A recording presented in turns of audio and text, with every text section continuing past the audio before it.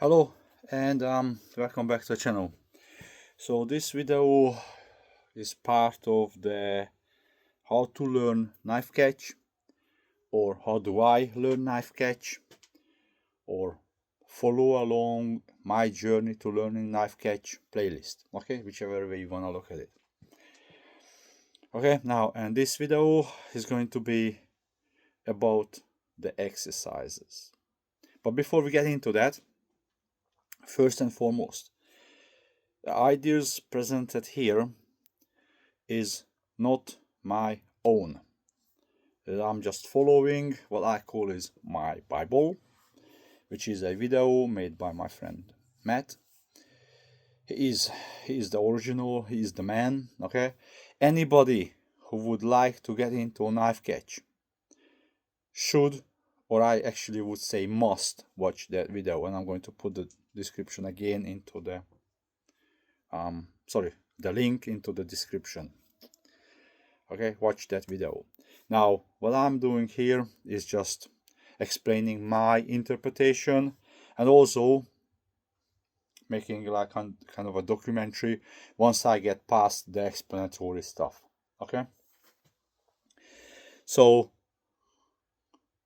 for this video to make sense or be able to use it, you already sorted your fundamentals, right? So your fundamentals should be your knife selection, your method, your distance selection, and then your stance and your natural aim area. Okay, if you don't know what I am talking about, please watch the video where I am explaining all this. Okay, so today we're going to talk about the throwing of the object that you would like to catch. Now, terminology. The throwing of the object, okay, so for our purposes, the object is going to be an aluminium can, okay? The throwing this with your offhand, or I'm going to use the idea of offhand throw or non-dominant hand throw, and then throwing the knife with my dominant hand, okay? Now, so the throwing the object into the air is called the toss. And then throwing the knife, that's throwing your throwing knife, okay? So you got a toss and a throw. Now, you also got a track and hunt, okay?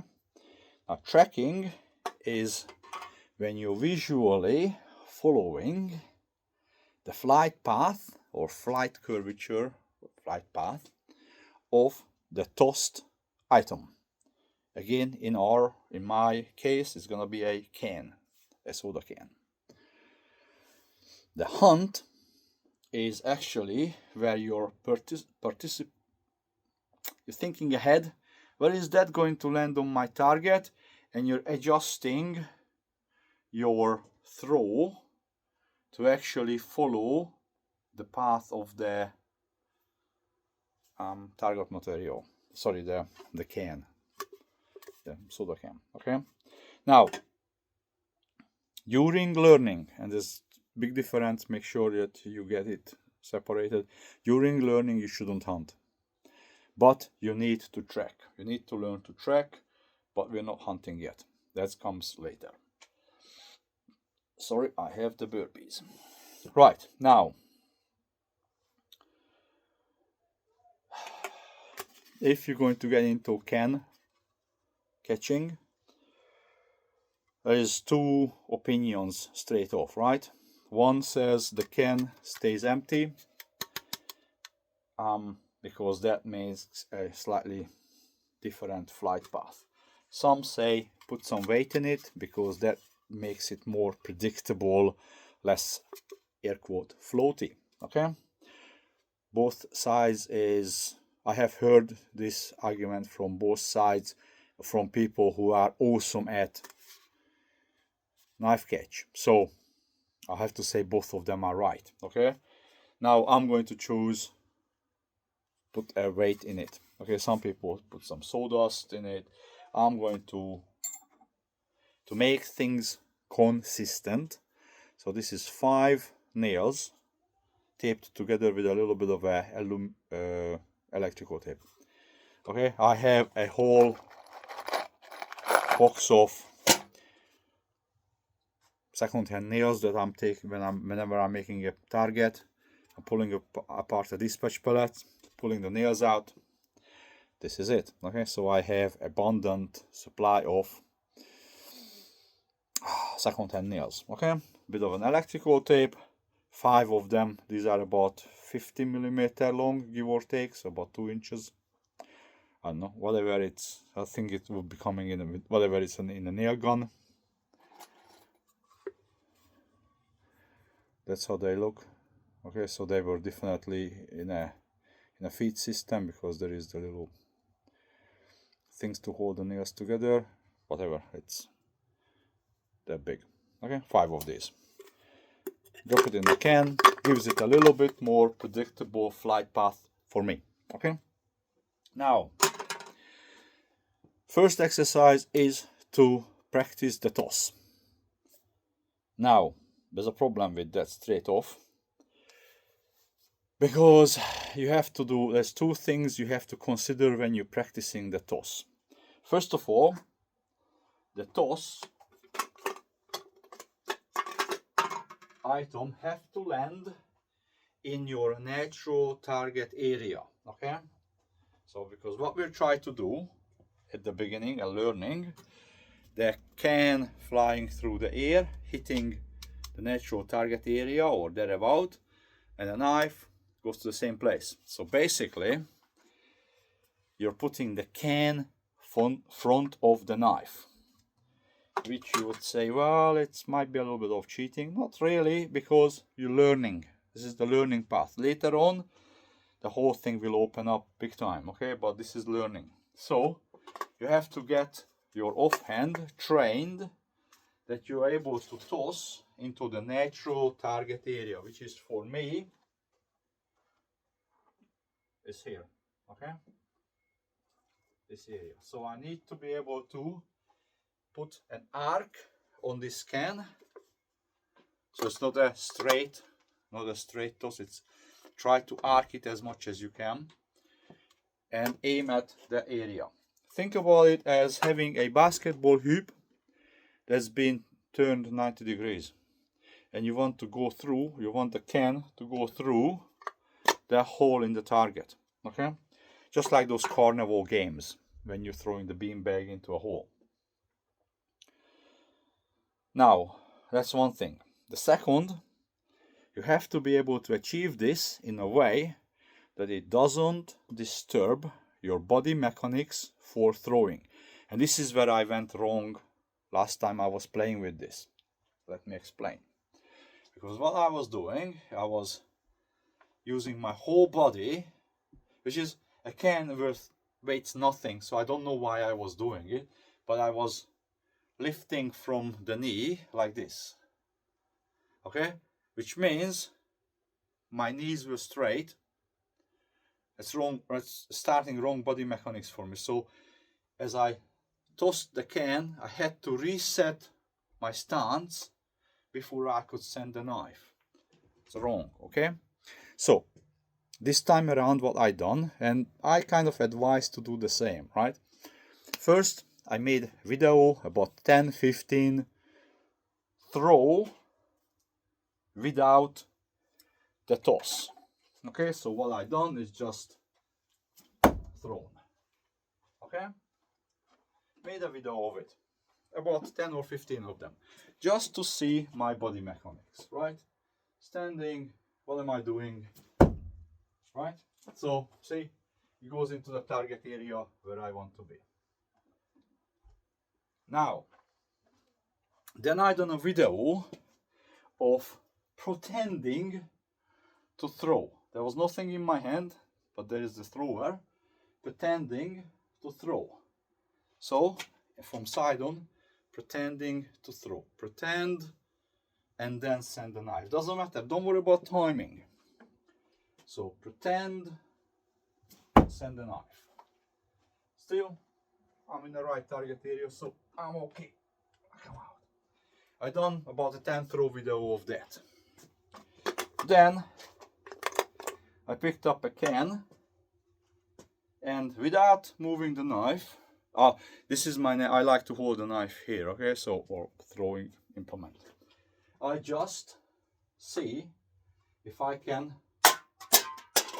do this without disturbing my other body posture, or the body mechanics which will lead to my throw. And I done about 10 of these, okay? And then I done about 10 when I just thrown the can. I wasn't even worried about where is it landing. Just thrown the can, send the knife after. I wasn't worried about where is it landing. And then I reviewed those four or five videos and made sure that under the toss,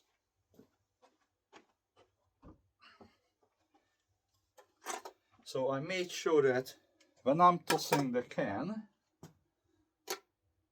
there's nothing else changes. So actually it prepares my throw instead of disturbing my stance.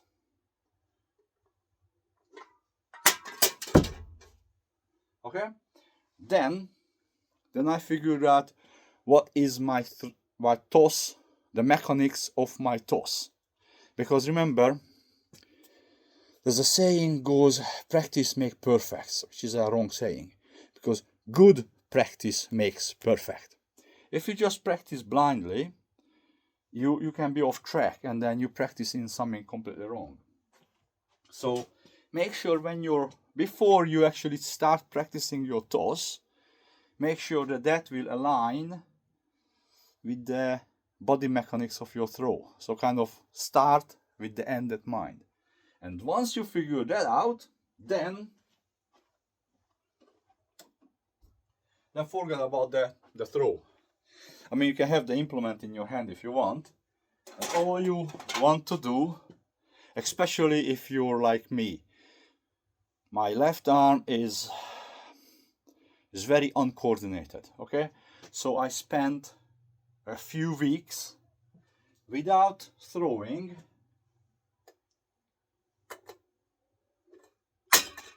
and that was too high. Just tossing the can at the target. I wasn't throwing. Try to get the toss into my natural target area. Now after weeks of practice, I would practice about between 30 to 50 toss about twice a week. That's my knife catch allocated slot, okay, within my other knife throwing practice or playing. And I wasn't throwing the implement. All I was doing, after I made sure that the mechanics of the toss not going to interfere with the body mechanics of the throw, just trying. That was good. Can you see that? That was a nice curve, and it landed, okay, it was landed a little bit high, but that was good. That was a good toss. Okay, so this is your first exercise, is to figure out the mechanics of your toss and put it into practice. Don't worry about the throw yet. Put it into practice. No, that was wrong, it got caught in the ceiling.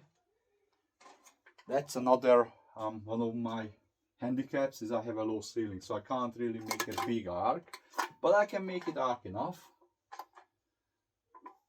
That was perfect. That was a perfect toss. Okay, so that is exercise number 1. Get the toss working for you. Make sure that you can toss the can and then you can throw the knife after. That's gonna be the second exercise. But let's not jump the gun, work this out. Now, for some of you, this is gonna be within like a day and that's it, or half a session. For me, it was at least 2 weeks of try and error, figuring it out, making sure that my throwing mechanism doesn't get disturbed by the toss. Yeah, maybe it's a bit of an over-explaining, but I don't know, I'm trying to be thorough here and explaining what I found within my learning. Okay, now if you enjoyed the video, come back and have a look at the next exercise in about a week's time or so. If you got bored, well, I'm sorry about that, but maybe you're one of those natural guys who don't need any of these tuition and you just pick up a can or a ring and you can catch it. And my hats off to those guys. There are plenty of people who figure this out on their own. I'm not one of them. But in any way, thanks for watching, and I shall see you in the next time. Thanks, bye.